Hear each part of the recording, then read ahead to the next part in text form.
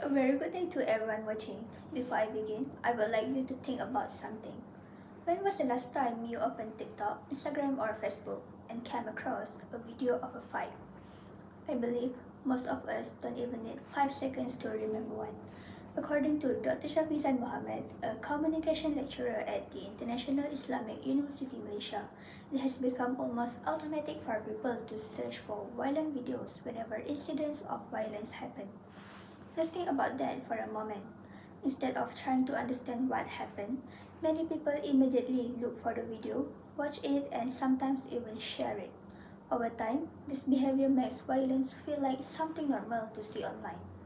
Now, let me properly introduce myself.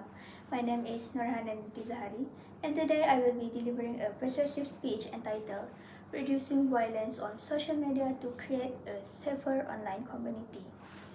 Whether we realize it or not, social media is part of our daily routine. We use it when we wake up, we use it during breaks, and we use it before going to sleep. It helps us connect, learn, and communicate. But at the same time, it also exposes us to violent videos, harmful comments, and online harassment. Some people may think it's just online content, it doesn't affect real life. But research shows the opposite is true. What we see repeatedly online can slowly influence how we think, feel, and behave. Before I continue, I would like everyone to look at this graph. According to the Pew Research Center in 2022, 46% of teenagers aged 13 to 17 reported experiencing at least one form of cyberbullying. Nearly one out of every two teenagers. Let that sink in. These are not just numbers, they are real individuals dealing with real emotional impact. This tells us one important thing. Violence on social media is not rare. It is already happening on a large scale. So, what exactly is the problem? One major issue is that repeated exposure to violent content can slowly change human behavior. Research by Mora and colleagues in 2022 found that long-term exposure to violent media is linked to higher level of aggressive behavior, especially among young people. In simple terms, the more we see violence online, the more our brains start to accept it as something normal. When that happens, people may start reacting more aggressively in real life situations. For example, instead of calming down during conflict, they may respond with anger because that reaction feels more familiar. Another serious issue is desensitization. A 2022 study published in Frontiers in Psychology explains that repeated exposure to violent content reduces emotional sensitivity over time. At first, a violent video may feel shocking, but after seeing it again and again, the emotional reaction becomes weaker. Eventually, people may scroll past such content without even thinking twice. In Malaysia, this issue is also clearly reflected in real-world data. According to reports by the Malaysian Communications and Multimedia Commission, 8,756 cyberbullying-related content were removed in 2024 alone. This number is significantly higher than previous years, knowing that online violence is not decreasing but instead continue to grow. In addition, Malaysian authorities have also reported thousands of cases of harmful online behavior being flagged across social media platforms, including cyberbullying cases that affect students and young users. This clearly shows that online violence is not just a foreign issue, it is already happening widely within Malaysia itself. According to Coyne and colleagues in 2022, this repeated exposure can also increase acceptance of aggressive behavior. When violence becomes normalized, things like cyberbullying, hate comments, and online harassment can start to feel acceptable. Even worse, some users may join in simply because they think everyone else is doing the same. Let me give a simple, real-life example. We often see viral videos where people argue or fight, online or in public.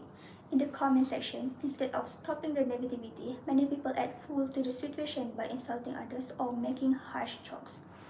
Over time, this creates a cycle where negativity spreads faster than understanding. So, if violent content can influence behavior, reduce empathy, and normalize aggression, the real question is, what can we actually do about it? Now that we understand the problem, let's talk about the solutions. So, what can we actually do to reduce violence on social media? First, Social media platforms need to act faster in removing harmful content. According to Fulanteli and colleagues in 2022, delayed removal allows violent content to spread further and reach more users. This means platforms need stronger monitoring systems and faster response actions. Second, education plays an important role. Research by Windisch and colleagues in 2022 shows that online intervention programs can reduce cyber aggression by teaching users about responsible behavior. When people understand the impact of their actions, they are more likely to think before they post or comment. Now imagine if these solutions were actually implemented. What kind of online environment could we create? Firstly, less cyber aggression. According to Cases and colleagues in 2021, encouraging responsible online behavior helps reduce cyber aggression. When users stop engaging in toxic behavior, the spread of negativity naturally decreases. This creates a healthier interaction space for everyone. Next, better mental and emotional well-being. Research by Kellis and colleagues in 2022 shows that reducing exposure to harmful content improves emotional well-being. People experience less stress, less anxiety, and feel more comfortable using social media. In simple terms, the online space becomes less emotional draining. Lastly, a safer online community. When harmful content is reduced and users behave more responsibly, social media becomes a safer environment. People can communicate without fear of harassment or negativity. This allows more positive and meaningful interactions online. In conclusion, violence on social media is a serious issue that affects behavior, emotions, and the overall online environment. But this problem can be reduced. Through responsible user behavior, faster action from platforms, and greater awareness, we can make a real difference. Let's go back to the graph again. Nearly half of teenagers have experienced cyberbullying. That is almost 1 in every 2 young people. This is not just a statistic, it is a warning. So, starting from today, we should think before we post, before we comment, and before we share. Because every action online shapes the kind of digital world we live in. Violence on social media may not disappear overnight, but change always begins with awareness. And awareness begins with us. That's all from me. Thank you.